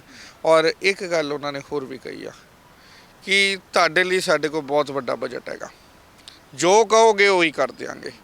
ਇਹ ਖਾਸ ਕਰਕੇ ਮੈਂ ਇੱਕ ਜਿਹੜਾ ਸਰਦਾਰ ਅਮਨਪ੍ਰੀਤ ਸਿੰਘ ਨੇ ਪਟਿਆਲੇ ਤੋਂ, ਜਿਹੜੇ ਏਸ਼ੀਆ ਰੀਜਨ ਹੈੱਡ ਨੇ ਵਰਲਡ ਸਿੱਖ ਇਹਦੇ ਖਾਲਸਾ ਵਰਲਡ ਦੇ ਖਾਲਸਾ ਏਡ ਦੇ, ਜਿਹੜੇ ਉਹਨਾਂ ਨੇ ਸਾਨੂੰ ਰੋਜ਼ ਸਾਡੇ ਨਾਲ ਟੱਚ 'ਚ ਸੀ। ਅਸੀਂ ਨਹੀਂ ਜੇ ਫੋਨ ਕਰਦੇ ਉਹ ਸਾਨੂੰ ਕਰ ਲੈਂਦੇ ਵੀ ਕੋਈ ਲੋੜ ਹੈਗੀ ਤੇ ਦੱਸ। ਐਡੀ ਨਿਰਮਤਾ, ਇੰਨੀ ਸੇਵਾ ਸ਼ਾਇਦ ਹੀ ਕਿਸੇ ਹੋਰ ਕੌਮ 'ਚ ਹੋਵੇ ਜਾਂ ਹੋਰ ਕਿਸੇ ਜਥੇਬੰਦੀ 'ਚ ਹੋਵੇ। ਯੂਨਾਈਟਿਡ ਸਿੱਖ ਵਾਲਿਆਂ ਦਾ ਵੀ ਸਾਨੂੰ ਬੜਾ ਵੱਡਾ ਸਹਿਯੋਗ ਆ, ਜੋ ਉਹਨਾਂ ਨੂੰ ਅਸੀਂ ਕਹਿੰਦੇ ਹਾਂ ਉਹ ਸਾਡੇ ਲਈ ਪੂਰਾ ਕਰ ਦਿੰਦੇ ਨੇ। ਇੱਕ ਪੰਡਾਲ ਦੀ ਲੋੜ ਪਈ ਸੀ, ਜਦੋਂ ਅਸੀਂ 90/45 ਦਾ ਪਹਿਲਾਂ ਇਨੀਸ਼ੀਅਲ ਪੰਡਾਲ ਲਾਇਆ ਸੀ, ਕਿਉਂਕਿ ਇੱਥੇ ਪੰਡਾਲ ਲਾਉਣ ਨੂੰ ਕੋਈ ਤਿਆਰ ਨਹੀਂ ਸੀ, ਡਰਦੇ ਸੀ ਐਡਮਿਨਿਸਟ੍ਰੇਸ਼ਨ ਕੋ। ਬੜੇ ਜ਼ੋਰ ਦੇ ਨਾਲ ਅਸੀਂ ਲਵਾਇਆ। ਉਹ ਜਿਹੜਾ ਪੰਡਾਲ ਵਾਟਰਪ੍ਰੂਫ ਨਹੀਂ ਸੀ, ਉਸ ਤੋਂ ਬਾਅਦ ਇੱਕ ਪੰਡਾਲ ਹੋਰ ਲੋੜ ਪਈ। ਯੂਨਾਈਟਿਡ ਸਿੱਖ ਵਾਲਿਆਂ ਨੂੰ ਕਿਹਾ, ਉਹਨਾਂ ਨੇ 90/45 ਦਾ ਵਾਟਰਪ੍ਰੂਫ ਟੈਂਟ ਲਾ ਕੇ ਦਿੱਤਾ। ਸੋ ਅੱਜ ਵੀ ਸਾਨੂੰ ਸੰਗਤ ਵੱਲੋਂ, ਇੱਥੋਂ ਲੋਕਲ ਸੰਗਤ ਨੇ ਕਿਹਾ ਕਿ ਜਿਹੜਾ ਤੁਸੀਂ ਜੇ ਜਿੰਨਾ ਮਰਜ਼ੀ ਵਾਟਰਪ੍ਰੂਫ ਲਾ ਲਓ, ਕਿਉਂਕਿ ਚੰਡੀਗੜ੍ਹ ਦੇ ਵਿੱਚ ਬਾਰਿਸ਼ ਬਹੁਤ ਪੈਂਦੀ ਆ। ਆਉਣ ਵਾਲੇ ਸਮੇਂ 'ਚ ਇਹ ਤੁਹਾਨੂੰ ਸ਼ੈੱਡ ਟੀਨਾ ਦਾ ਪੱਕਾ ਬਣਿਆ ਦਿਖੇਗਾ। ਇੱਕ ਖਬਰ ਤੁਸੀਂ ਵੀ ਮੇਰੇ ਖਿਆਲ ਦੇਖੀ ਹੈ ਤੇ ਮੈਂ ਵੀ ਪੜ੍ਹੀ ਹੈ, ਜਿਹੜੇ ਹਰਿਆਣੇ ਦੇ ਵਿੱਚ ਪੈਰੋਲ ਦਿੱਤੀ ਗਈ ਹੈ, ਤੁਸੀਂ ਸ਼ਾਇਦ ਪੜ੍ਹੀ ਹੋਣੀ ਆ ਉਹ। ਉਸ ਖਬਰ ਨੂੰ ਕਿਵੇਂ ਦੇਖਦੇ ਹੋ? ਤੇ ਉਸ ਤੋਂ ਬਾਅਦ ਮੈਂ ਅੱਗੇ ਪੰਜਾਬ ਦੀ ਗੱਲ ਫੇਰ ਕਰਾਂਗਾ। ਮੈਂ ਉਸ ਖਬਰ ਨੂੰ ਕਿਵੇਂ ਦੇਖਦੇ? ਦੇਖੋ, ਬੜੀ ਮੰਦਭਾਗੀ ਗੱਲ ਹੈ ਕਿ ਇੱਕ ਰੇਪਿਸਟ ਹੋਵੇ, ਇੱਕ ਮਰਡਰਰ ਹੋਵੇ, ਉਸ ਨੂੰ ਤੁਸੀਂ ਸਰਕਾਰਾਂ ਜੇ ਬਾਹਰ ਲਿਆਉਣ ਤੇ ਆ ਜਾਣ ਤਾਂ ਕਹਿੰਦੇ ਹੁੰਦੇ ਨਾ ਕੁਝ ਵੀ ਕਰ ਲੈਣ। ਦੇਖੋ ਕਿੱਡੀ, ਜੇ ਉਹਨੂੰ ਪਰੋਲ ਨਹੀਂ ਮਿਲ ਰਹੀ ਸੀ, ਕੋਰਟ ਵੱਲੋਂ ਰਿਜੈਕਟ ਹੋ ਰਹੀਆਂ ਸੀ ਉਹਦੀਆਂ ਪਰੋਲਸ, ਤੇ ਗਵਰਨਮੈਂਟ ਜਦੋਂ ਨਾਲ ਰਲ ਕੇ ਕਹਿੰਦੇ ਹੁੰਦੇ ਨਾ ਬਾਹਰ ਕੱਢਣਾ ਹੋਵੇ ਤਾਂ ਆਪਦੇ ਕੁਝ ਵੀ ਆਈ ਆਪਦੇ ਹੱਥ 'ਚ, ਸਾਰਾ ਸਰਕਾਰ ਦੇ ਹੱਥ 'ਚ, ਕੋਈ ਵੀ ਰੂਲ ਕਰ ਸਕਦੀ ਹੈ। ਸੋ ਉਹਨਾਂ ਨੇ 2022 'ਚ, ਮੈਂ ਤੁਹਾਨੂੰ ਕਲੀਅਰ ਕਰਾਂ, 2022 'ਚ ਉਹਨਾਂ ਨੇ ਜੁਲਾਈ 'ਚ ਇਹ ਕੀਤਾ ਹੈ ਕਿ ਆਪਦੀ ਅਮੈਂਡਮੈਂਟ ਕੀਤੀ ਹੈ ਰੂਲਸ ਦੇ ਵਿੱਚ ਕਿ ਜਿੰਨੇ ਵੀ ਪ੍ਰੋਵੀਜ਼ਨਸ, ਜਿੰਨੇ ਵੀ ਕੈਦੀ ਨੇ ਜੇਲ੍ਹਾਂ 'ਚ, ਹਰਿਆਣਾ ਖਾਸ ਕਰ ਹਰਿਆਣਾ ਵਿੱਚ, ਕਿ ਜਿੰਨੇ ਵੀ ਕੈਦੀ ਨੇ ਉਹਨਾਂ ਨੂੰ ਪਰੋਲ ਲੈਣ ਦਾ ਹੱਕ ਹੈ, ਉਹ ਕਿਸੇ ਵੀ ਕਾਰਨ ਲੈ ਸਕਦੇ ਨੇ। ਇਹ ਪਿਛਲੇ ਸਾਲ ਹੋ ਚੁੱਕੇ, ਪਿਛਲੇ ਸਾਲ ਇਹਨਾਂ ਨੇ ਖਾਸ ਆਪਣੀ ਜੇਲ੍ਹਾਂ ਵਾਸਤੇ ਕੀਤਾ। ਉਹ ਸਿਰਫ ਉਹਦੇ ਪਿੱਛੇ ਰੀਜ਼ਨ ਇੱਕ ਵੱਡਾ ਇਹੀ ਆ ਕਿ ਉਹ ਸਿਰਫ ਬਾਬੇ ਨੂੰ ਬਾਹਰ ਕਿਵੇਂ ਕੱਢਿਆ ਜਾਵੇ, ਸਰਸੇ ਵਾਲੇ ਨੂੰ, ਕਿ ਉਹ ਐਡਾ ਵੱਡਾ, ਦੇਖੋ ਕਿ ਐਡਾ ਵੱਡਾ ਜਦੋਂ ਆਪਾਂ ਬੰਦੇ ਨਾਲ ਕਿਸੇ ਨੂੰ ਲੋੜ ਹੋਵੇ, ਜਦੋਂ ਆਪਾਂ ਸੋਚ ਲਈਏ ਕਿ ਜੇ ਆਪਾਂ ਇਹ ਕਹਿੰਦਾ ਮੈਨੂੰ ਚੰਗਾ ਲੱਗੂਗਾ ਕਿ ਜੇ ਸਰਕਾਰਾਂ ਨੂੰ ਆਪਦੀ ਲੋੜ ਆ, ਜੇ ਵੋਟਾਂ ਦੀ ਲੋੜ ਹੈਗੀ ਆ, ਤੇ ਉਹਨੂੰ ਕਿੱਥੇ ਤੱਕ ਥੱਲੇ ਗਿਰ ਸਕਦੀ ਸਰਕਾਰ, ਥੱਲੇ ਗਿਰ ਕੇ ਉਹਨੂੰ ਬਾਹਰ ਕੱਢਣ ਤੱਕ ਦੀ ਕੋਸ਼ਿਸ਼ ਕਰ ਰਹੀ ਹੈ। ਸਾਨੂੰ ਇਹ ਵੀ ਆਪਾਂ ਕਹਿਣ 'ਚ ਮੈਂ ਝਿਜਕਾਉਂਦਾ ਨਹੀਂਗਾ ਕਿ 2024 ਤੱਕ ਇਹ ਸਾਡੇ 'ਤੇ ਇਲਜ਼ਾਮ ਲਗਾ ਰਹੇ ਨੇ, ਲੋਕੀ ਕਮੈਂਟ ਕਰ ਰਹੇ ਨੇ। ਮੈਂ ਉਹਨਾਂ ਨੂੰ ਇਹ ਕਹਿਣਾ ਚਾਹੂੰਗਾ, ਤੁਸੀਂ ਇਹ ਬੀਜੇਪੀ ਸਰਕਾਰ ਨੂੰ ਪੁੱਛੋ ਹਾਂ ਕਿ 2024 'ਚ ਬਾਬੇ ਨੂੰ ਬਾਹਰ ਕੱਢਣ ਵਾਸਤੇ ਕੀ ਕੁਛ ਕਰ ਰਹੇ ਨੇ, ਕਿ ਉਹਦੇ ਪਿੱਛੇ ਵੋਟ ਬੈਂਕ, ਇੱਕ ਵੱਡਾ ਵੋਟ ਬੈਂਕ ਹੈ। ਇਸ ਕਰਕੇ ਉਹਨੂੰ ਤਾਂ 2024 ਤੱਕ ਇਹ ਵੀ ਹੋ ਸਕਦਾ ਪਰੋਲ ਛੱਡੋ, ਸ਼ਾਇਦ ਪੱਕਾ ਹੀ ਰਿਹਾ ਨਾ ਕਰ ਦੇਣ, ਕਿ ਜਿੱਥੋਂ ਦਾ ਰਲ ਕੇ ਜੇ ਉਹ ਚਾਹੁਣ ਤਾਂ। ਇਹ ਜੇ ਆਪਾਂ ਇਸ ਤੋਂ ਪਹਿਲਾਂ ਐਗਜ਼ਾਮਪਲ ਹੈ, ਦੇਖੋ ਤਮਿਲਨਾਡੂ ਸਰਕਾਰ ਦਾ ਐਗਜ਼ਾਮਪਲ ਹੈ, ਉਹਨਾਂ ਨੇ ਰਾਜੀਵ ਗਾਂਧੀ ਕੇਸ 'ਚ ਉਹਨਾਂ ਨੂੰ ਬਾਹਰ ਕੱਢ ਦਿੱਤਾ। ਸੋ ਇਹ ਵੀ ਹੋ ਸਕਦਾ ਕੋਈ ਨਾ ਕੋਈ ਕਾਰਨ ਦੱਸ ਕੇ ਇਸ ਬਾਬੇ ਨੂੰ ਬਾਹਰ ਲੈ ਆਉਣ ਆਪਦੇ ਲਈ, ਆਪਦਾ ਜਦੋਂ ਮਕਸਦ ਹੋਵੇ, ਇਹਨਾਂ ਦਾ ਆਪਦਾ ਫਾਇਦਾ ਦਿਖਦਾ ਹੋਵੇ, ਤਾਂ ਸਾਨੂੰ ਇਹ ਆਪਾਂ ਕਹਿਣ 'ਚ ਕੋਈ ਇਤਰਾਜ਼ ਨਹੀਂਗਾ ਕਿ ਆਪਦੇ ਲਈ ਬਾਹਰ ਲੈ ਕੇ ਆ ਸਕਦੇ ਉਹਨੂੰ। ਬਿਲਕੁਲ। ਦਿਲਸ਼ੇਰ ਜੀ, ਤੁਸੀਂ ਕਿਵੇਂ ਦੇਖਦੇ ਹੋ? ਦੇਖੋ, ਬੜੀ ਕਮਾਲ ਦੀ ਗੱਲ ਆ। ਰਿਪਬਲਿਕ ਡੇ ਅਸੀਂ ਇੱਥੋਂ ਦੀ ਜੰਮਣ ਪਾਉਣ ਸਾਡਾ ਚੰਡੀਗੜ੍ਹ ਦਾ ਹੈ, ਸਾਰੀ ਸਟੱਡੀ ਮੇਰੀ ਚੰਡੀਗੜ੍ਹ ਦੀ ਆ, ਮੈਂ ਲਾ ਚੰਡੀਗੜ੍ਹ ਤੋਂ ਕੀਤਾ। ਰਿਪਬਲਿਕ ਡੇ ਲਈ ਬੜੀ ਵੱਡੀ ਮਾਨਤਾ ਸੀ ਸਾਡੇ ਲਈ।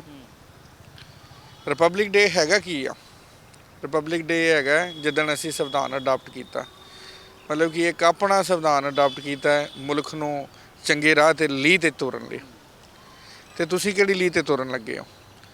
ਰਿਪਬਲਿਕ ਡੇ ਵਾਲੇ ਦਿਨ ਕਿਸੇ ਅਰਜਨ ਅਵਾਰਡੀ ਦਾ ਸਨਮਾਨ ਕਰਦੇ ਹੋ, ਜਿਹਨੇ ਸੇਵਾ ਕੀਤੀ ਆ ਪੰਥ ਦੀ ਜਾਂ ਕੌਮ ਦੀ ਜਾਂ ਦੇਸ਼ ਦੀ ਤਰੱਕੀ ਦੇ ਵਿੱਚ ਕੋਈ ਹੱਥ ਪਾਇਆ, ਉਹਨੂੰ ਸਨਮਾਨ ਕਰੋ, ਉਹਨੂੰ ਕੋਈ ਪ੍ਰਿਵਿਲੇਜ ਦੇ ਦਿਓ, ਕੋਈ ਇਤਰਾਜ਼ ਨਹੀਂ। ਇਹ ਕਿਹੜੀ ਪ੍ਰਿਵਿਲੇਜ ਦੇਣ ਲੱਗੇ ਹੋ ਤੁਸੀਂ ਨਵੀਂ, ਕਿ ਜਿਹਨੇ ਸਾਧਵੀਆਂ ਦੇ ਨਾਲ ਰੇਪ ਕੀਤੇ ਹੋਣ? ਇਹ ਤਾਂ 2 ਹੀ ਡਿਸਪਲਸ ਦੀ ਗੱਲ ਆ ਰਹੀ ਹੈ ਨਾ, ਸੈਂਕੜੇ ਉਹਨੇ ਔਰਤਾਂ ਦੇ ਨਾਲ ਰੇਪ ਕੀਤੇ ਨੇ। ਹਨੀਪ੍ਰੀਤ ਇਹਦਾ ਐਗਜ਼ਾਮਪਲ ਹੈਗੀ ਆ। ਕੋਈ ਮੰਨੇ ਨਾ ਮੰਨੇ, ਤੇ ਇਹ ਸਾਰਾ ਜਿਹੜਾ ਧਾਂਦਲੀ ਆ ਕਿ ਉਹਨੂੰ ਬਾਹਰ ਕਿੱਦਾਂ ਕੱਢਣਾ। ਇੱਕ ਬੰਦਾ ਪ੍ਰੂਵਡ ਮਰਡਰਰ ਹੋਵੇ, ਪ੍ਰੂਵਡ ਰੇਪਿਸਟ ਹੋਵੇ, ਕਾਸਟ੍ਰੇਸ਼ਨ ਦਾ ਉਹਦੇ 'ਤੇ ਇਲਜ਼ਾਮ ਆ ਕਿ 400 ਤੋਂ ਵੱਧ ਫਾਲੋਵਰ ਨਪੁੰਸਕ ਕਰਤੇ। ਪ੍ਰੈਸ ਰਿਪੋਰਟਰ ਛਤਰਪਤੀ ਨੂੰ ਮਾਰ ਦੇਣਾ, ਇਸ ਕਰਕੇ ਮਾਰ ਦੇਣਾ ਕਿ ਉਹਨੇ ਜਿਹੜਾ ਵਾ ਰੇਪ, ਜਿਹੜੀਆਂ ਰੇਪ ਦੀਆਂ ਵਿਕਟਮ ਉਹਨਾਂ ਦੀ ਜਿਹੜੀ ਗੱਲ ਚੱਕੀ ਆ। ਮੁੰਡਾ ਉਹਦਾ ਵਿਚਾਰਾ ਤਰਲੇ ਧੱਕੇ ਖਾਂਦਾ ਫਿਰਦਾ, ਅੰਸ਼ੁਲ ਛਤਰਪਤੀ। ਉਹ ਮਤਲਬ ਕਿ ਕੀ ਤੁਸੀਂ ਸਮਝਾਉਣਾ ਕੀ ਚਾਹੁੰਦੇ ਹੋ ਮੁਲਕ ਨੂੰ, ਲੈ ਕੇ ਕਿੱਧਰ ਨੂੰ ਜਾਣਾ ਚਾਹੁੰਦੇ ਹੋ? ਆਇਆ ਇਹਨਾਂ ਦਾ ਵੱਸ ਨਹੀਂ ਚੱਲਦਾ। ਇਹ ਤੇ ਰਾਮ ਰਹੀਮ ਨੂੰ ਹਰਿਆਣੇ ਵਾਲੇ ਕਿਤੇ ਰਿਪਬਲਿਕ ਡੇ ਵਾਲੇ ਦਿਨ 골ਡ ਮੈਡਲ ਨਾ ਪਾ ਦੇਣ ਕਿ ਇਹਨੇ ਜੋ ਕੰਮ ਕੀਤਾ ਸ਼ਾਇਦ ਹੋਰ ਕੋਈ ਬਾਬਾ ਨਹੀਂ ਕਰ ਸਕਦਾ। ਤੇ ਇਹ ਕਰਕੇ ਮਿਹਰਬਾਨੀ ਕਰਨ, ਇਹ ਜਿਹੜਾ ਸਮਾਜ ਜਿਹੜਾ ਸਿਰਜ ਰਹੇ ਨੇ ਰੇਪਿਸਟ ਨੂੰ, ਦੇਖੋ ਕਿੱਦਾਂ ਦਾ ਪ੍ਰਭਾਵਦਾਨ ਹੈ। ਕਿੱਡੀ ਵੱਡੀ ਗੁਲਜਨ ਨਾਲ ਗੱਲ ਕੀਤੀ, rape with murder. Rape heinous crime ਆ ਸਾਡੇ ਮੁਲਕ 'ਚ। ਜੇ ਹੀਨੀਅਸ ਦੀ ਲਿਸਟ ਬਣਾਉਣੀ ਹੋਵੇ ਤਾਂ ਰੇਪ ਪਹਿਲਾਂ ਆਏਗਾ, ਮਰਡਰ ਬਾਅਦ 'ਚ ਆਏਗਾ। ਮਰਡਰ ਜਿਹੜਾ ਵਾ ਕਿਸੇ ਵੀ ਕਾਰਨ ਕੀਤਾ ਜਾ ਸਕਦਾ। ਰੇਪ ਜਿਹੜਾ ਵਾ ਤੁਸੀਂ ਦੱਸੋ ਕੀ ਉਹਦੀ ਜਸਟੀਫਿਕੇਸ਼ਨ ਦਿਓਗੇ? ਮਰਡਰ ਦੀ ਤਾਂ ਕੋਈ ਜਸਟੀਫਿਕੇਸ਼ਨ ਦੇ ਦੇਗਾ, ਠੀਕ ਹੈ ਜੀ ਮੇਰੇ ਕੋਲ ਸਡਨ ਪ੍ਰੋਵੋਕੇਸ਼ਨ ਆ ਗਈ ਤੇ ਮੈਂ ਕਰਤਾ ਮਰਡਰ। ਤੇ ਰੇਪ ਦੀ ਕੀ ਦਿਓਗੇ? ਉਹ ਵੀ ਇੱਕ ਧਾਰਮਿਕ ਬੰਦਾ ਹੋਵੇ ਜਿਹੜਾ ਲੱਖਾਂ ਦੀ ਦੁਨੀਆ ਉਹਦੇ ਫਾਲੋਅਰ ਹੋਣ। ਸੋ ਇਹ ਹਰਿਆਣਾ ਸਰਕਾਰ ਬਿਲਕੁਲ ਗਲਤ ਪੈਰਲਰ 'ਤੇ ਆ।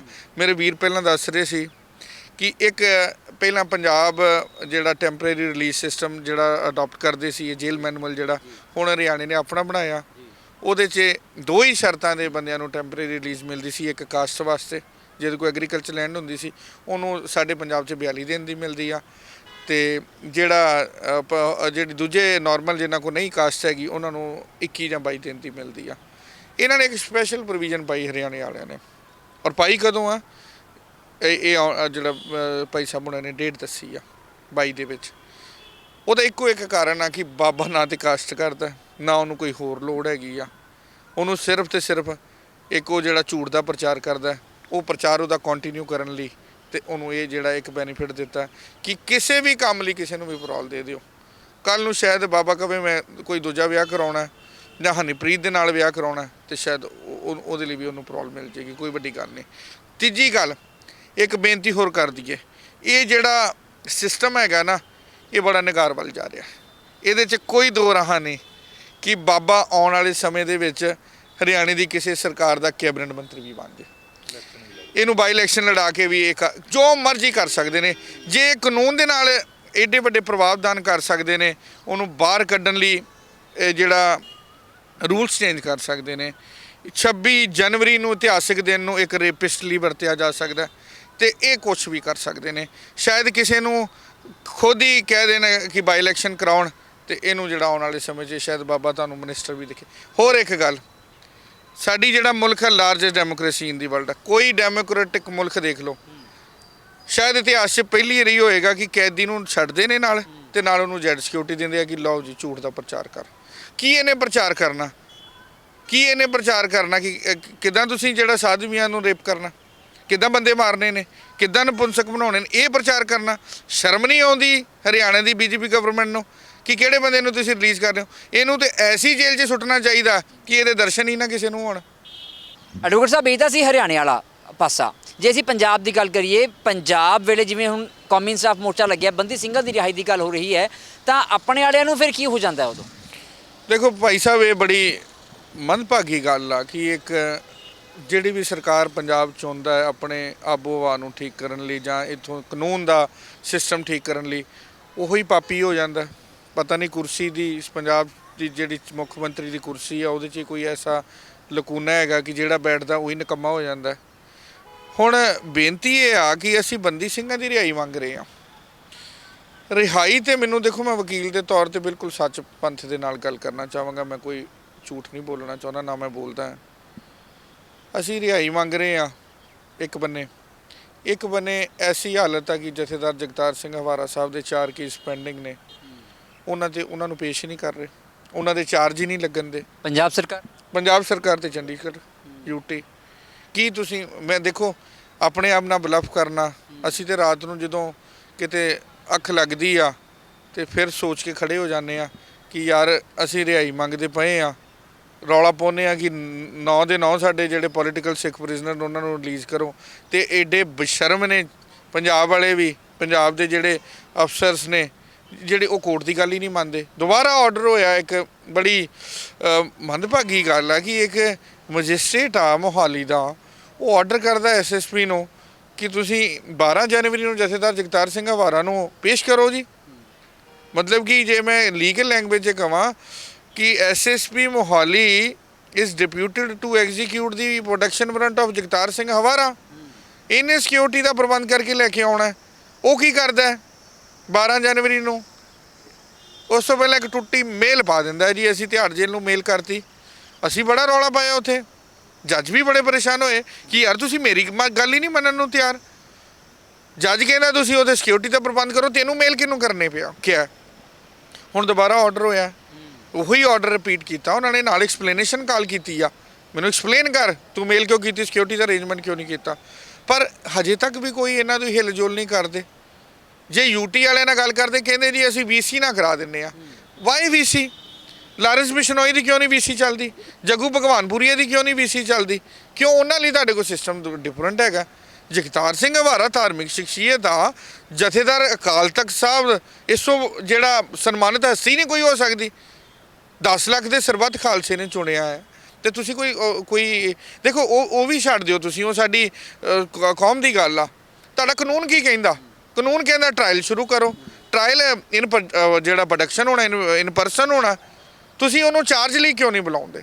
ਦੇਖੋ ਇੱਕ ਗੱਲ ਆ, ਇਸ ਗੱਲ ਤੋਂ ਸੰਗਤ ਮਨਸ਼ਾ ਸਮਝੇ ਸਰਕਾਰ ਦੀ ਕਿ ਅਸੀਂ ਪੱਕੀ ਰਿਹਾਈਆਂ ਦੀ ਮੋਰਚੇ ਲਈ ਬੈਠੇ ਹਾਂ, ਤਕੜੇ ਹੋ ਕੇ ਬੈਠੋ। ਇਹ ਰਿਹਾਈ ਤਾਂ ਹੋਣੀ ਆ ਜਦੋਂ ਸਾਰੇ ਕੇਸ ਖਤਮ ਹੋਣਗੇ। ਇਹ ਕੇਸ ਨਹੀਂ ਚਲਾ ਰਹੇ, ਜਾਣਬੁੱਝ ਕੇ ਨਹੀਂ ਚਲਾ ਰਹੇ ਕਿ ਰਿਹਾਈ ਪੋਸੀਬਲ ਨਾ ਹੋ ਜੇ। ਤੇ ਇਸ ਕਰਕੇ ਅਸੀਂ ਸਰਕਾਰਾਂ ਨੂੰ ਇਹ ਬੇਨਤੀ ਕਰਦੇ ਕਿ ਆਪਣਾ ਕਾਨੂੰਨ ਆਪ ਮੰਨਣ, ਤਾਂ ਕਨਸਟੀਟਿਊਸ਼ਨ ਡੇ ਜਾਂ ਰਿਪਬਲਿਕ ਡੇ ਮਨਾਏ ਇਹਨਾਂ ਦੇ ਸੁਹਾਏ ਜਾਣਗੇ, ਨਹੀਂ ਤੇ ਇਦਾਂ ਦੇ ਰੋਸ ਮਾਰਚ ਨਿਕਲਦੇ ਜਾਣਗੇ। ਤਾਂ ਇਸ ਨੇ ਐਡਵੋਕੇਟ ਗੁਰਸ਼ਰਨ ਤੇ ਐਡਵੋਕੇਟ ਦਿਲਸ਼ੇਰ ਸਿੰਘ ਜੀ, ਸਵਾਲ ਇਹ ਹੈ ਵੀ ਰਾਮ ਰਹੀਮ ਦੇ ਲਈ ਤਾਂ ਜਿਵੇਂ ਐਡਵੋਕੇਟ ਸਾਹਿਬ ਵੱਲੋਂ ਕਿਹਾ ਗਿਆ ਵੀ ਕਾਨੂੰਨ ਵੀ ਬਦਲ ਦਿੱਤੇ ਗਏ ਜਾਂ ਆਪਣੇ ਮੁਤਾਬਕ ਸੋਧ ਕੀਤਾ ਗਿਆ, ਪਰ ਜਿੱਥੇ ਕਾਨੂੰਨ ਨੂੰ ਮੰਨਣਾ ਚਾਹੀਦਾ ਹੈ ਉੱਥੇ ਕਾਨੂੰਨ ਮੰਨਿਆ ਵੀ ਨਹੀਂ ਜਾ ਰਿਹਾ ਹੈ। ਆਖਰ ਕਿਉਂ? ਕਦੋਂ ਤੱਕ ਅਜਿਹਾ ਚੱਲਦਾ ਰਹੇਗਾ? ਇਹ ਵੱਡਾ ਸਵਾਲ ਹੈ। ਕੈਮਰਾ ਪਰਸਨ ਮਨੋਜ ਦੇ ਨਾਲ ਠਾਕੁਰ ਅਮਨਦੀਪ ਸਿੰਘ, ਦ ਖਬਰਸਾਰ, ਮੋਹਾਲੀ।